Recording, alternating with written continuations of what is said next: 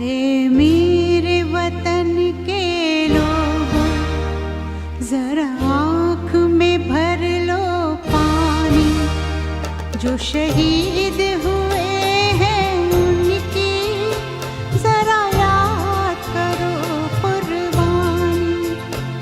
हे मेरे वतन के लोगों, जरा आँख में भर लो पानी।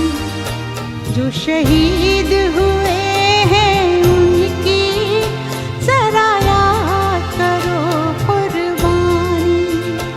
तुम भूल न जाओ उनको, इसलिए सुनो ये कहानी। जो शहीद हुए हैं